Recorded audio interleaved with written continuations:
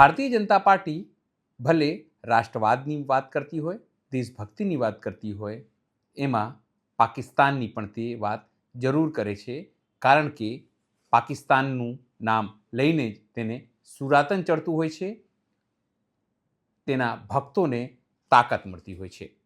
પણ વાત જ્યારે ગુજરાતના માછીમારોની હોય તો એનું તમામ સુરાતન ઉતરી જાય છે. આ વાત અમે નથી કહી રહ્યા, પણ ગોપાલ ઇટાલિયાનો આરોપ છે. કારણ કે ગુજરાતના 100થી વધુ માછીમારો એ પાકિસ્તાનની જેલમાં બંધ છે અને 1થી વધુના તો મોત પણ થઈ ચૂક્યા છે. આ જ મુદ્દે વિધાનસભામાં ગોપાલ ઇટાલિયાએ આજે સવાલ પૂછ્યો હતો. નમસ્કાર, હું છું ચિંતામણી પુત્ર અનિલ પટેલ. સ્વાગત છે આપનું અમારા વિશેષ કાર્યક્રમમાં. આવો સાંભળીએ ગોપાલ ઇટાલિયાએ કેવી રીતે અને કયા સવાલથી સરકારને ઘેરવાનો પ્રયત્ન કર્યો હતો. નમસ્કાર મિત્રો, હું છું ગોપાલ ઇટાલિયા. આજે 20મી ફેબ્રુઆરી 2026 વિધાનસભાનો દિવસ હતો. આજે તમે જોઈ શકો છો એમ ક્રમ નંબર 61 ઉપર મારો એક પ્રશ્ન હતો વિધાનસભામાં. આ પ્રશ્ન એવો હતો કે ગુજરાતના કેટલા માછીમાર ભાઈઓ પાકિસ્તાનની જેલમાં બંધ છે અત્યારે, અને પાકિસ્તાનની જેલમાં જ કેટલા માછીમાર ભાઈઓનું મૃત્યુ થઈ ગયું, અને માછીમાર ભાઈઓને છોડાવવા માટે સરકાર શું પ્રયત્ન કરે છે. આ 3 ભાગમાં મારો આજે પ્રશ્ન હતો. અત્યંત દુઃખ સાથે મારે આ વિધાનસભાના પગથિયા ઉપર ઊભા રહીને ગુજરાતની જનતાને જણાવવું પડે છે કે ગુજરાતના 128 માછીમારો અત્યારે આજની તારીખે પાકિસ્તાનની જેલમાં છે.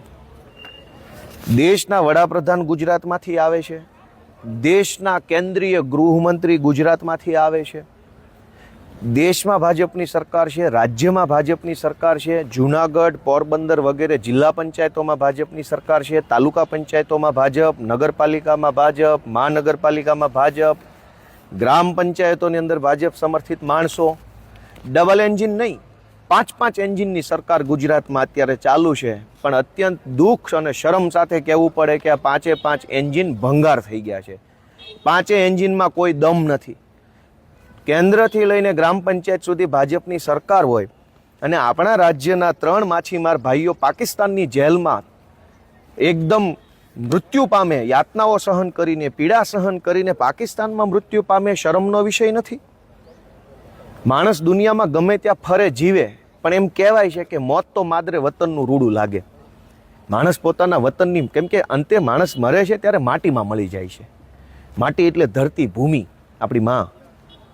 આ 3 માછીમાર ભાઈઓ જે ગુજરાતના છે એને તો વતનની માટી નસીબ ન થઈ કહેવાય મોત માટે. પાકિસ્તાનની જેલમાં એને પાકિસ્તાનની સરકારે કેટલી યાતના આપી હશે, કેટલી તકલીફો. અને જે 128 માછીમાર ભાઈઓ હાલમાં પાકિસ્તાનની જેલમાં છે એનું શું? પાકિસ્તાનના નામે ભાજપની આખી ટોળકી બહુ નારાબાજી સૂત્રોચ્ચાર કરે છે. ક્રિકેટની વાત આવે ત્યારે તમને રમવા નહીં દઈએ, આમ નહીં તેમ નહીં. ક્રિકેટમાં જ તે તમારો દેશપ્રેમ જાગી જાય છે. પાકિસ્તાનની ક્રિકેટ હોય ત્યારે દેશપ્રેમના દીકરા થાય છે. અને આ 128 માછીમાર ભાઈઓને છોડાવવામાં આવ્યા તો ભારતની ભાજપની સરકાર કેમ કામ નથી કરી શકતી?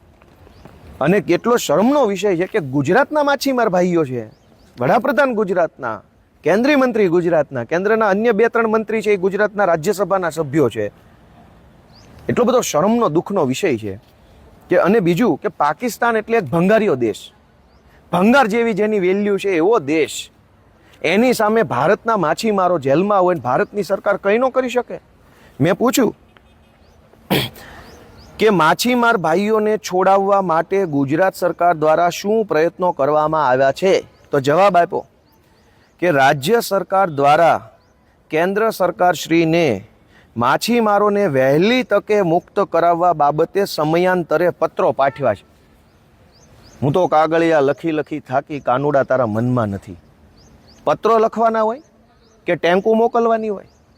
જ્યારે તમે વિપક્ષમાં હતા ત્યારે પાકિસ્તાનની સામે બહુ બોલ બચ્ચન કરતા હતા, અને હવે કાગળિયા લખવા માંડ્યા. સમયાંતરે પત્રો પાઠવ્યા એટલે દર 2 મહિને, દર 4 મહિને, દર 1.5 વર્ષે પત્રો લખો છો કે એ ભાઈ સાહેબ બાપા છોડી દેજો, એ ભાઈ સાહેબ બાપા છોડી દેજો, પ્લીઝ છોડી દેજો, કાકા બાપા મામા ફઈ છોડી દેજો, એવા પત્રો લખો છો. શરમ આવવી જોઈએ આવી વાતો કરતા ગુજરાતની ભાજપની સરકારને કે તમે આપણા રાજ્યના માછીમારો નથી છોડાઈ શકતા, અને એ પાકિસ્તાનના કબજામાંથી. ડબલ એન્જિન ને 5 એન્જિન ને વિશ્વગુરુ બનવા, આમ વિશ્વગુરુ બનશો? આપણા દેશના, આપણા રાજ્યના 128 માછીમારોને પાકિસ્તાન પકડી જાય, આપણે એને છોડાવી ન શકીએ અને આપણે વિશ્વગુરુ બની જશું. આવી રીતે વિશ્વગુરુ એને કહેવાય કે આપણા દેશના કોઈ પણ નાગરિકને કોઈ ફેસબુક ઉપર અપશબ્દ કહી જાય તો દુનિયાના કોઈ પણ છેડેથી FBI જેમ ગોતીને ઘોનારી નાખે ને, એને વિશ્વગુરુ કહેવાય. ઇઝરાયલના માણસોને આતંકવાદીઓએ માર્યા હતા. ઇઝરાયલની જે મોસાદ સંસ્થા છે, મોસાદ, એણે દુનિયાના ખૂણે ખૂણેથી પોતાના ઇઝરાયલ દેશના વિરોધીઓને પકડીને ફાંસીએ ચડાવી દીધા અને ગોળીઓ મારી દીધી હતી.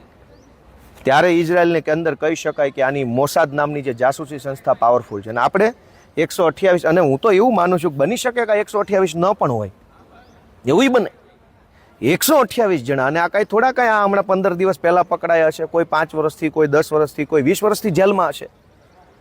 5-5, 10-10 વર્ષ સુધી પાકિસ્તાનની જેલમાં ગુજરાતનો માણસ રહેતો હશે, એની પીડાની ચિંતા અને વિચાર તો ગૃહમાં થવી જોઈએ.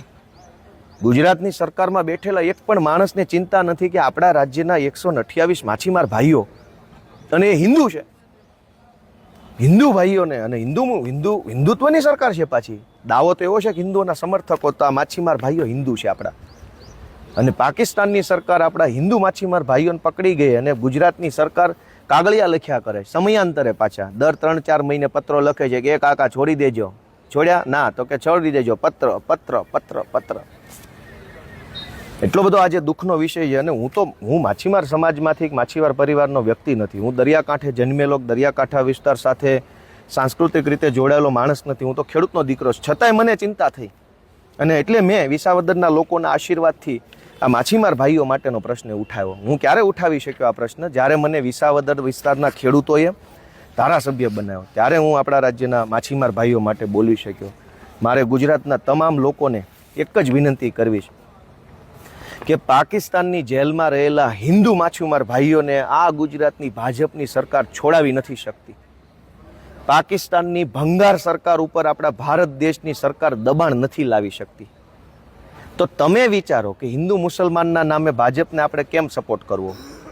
ભારત પાકિસ્તાનના મુદ્દે ચૂંટણીઓમાં આપણને ફોસલાવવામાં આવે તો કેમ સપોર્ટ કરવો? હિન્દુ પણ છે અને પાકિસ્તાનમાં પણ છે, અને છતાંય ભાજપની સરકાર શરમજનક રીતે પત્રો લખ્યા કરે. મને લેખિતમાં આપ્યું કે સમયાંતરે પત્રો પાઠવવામાં આવે છે, એટલે વારે ઘડીએ પત્રો પાઠવે છે, પણ પાકિસ્તાનની સરકાર કંઈ કરી શકતી નથી.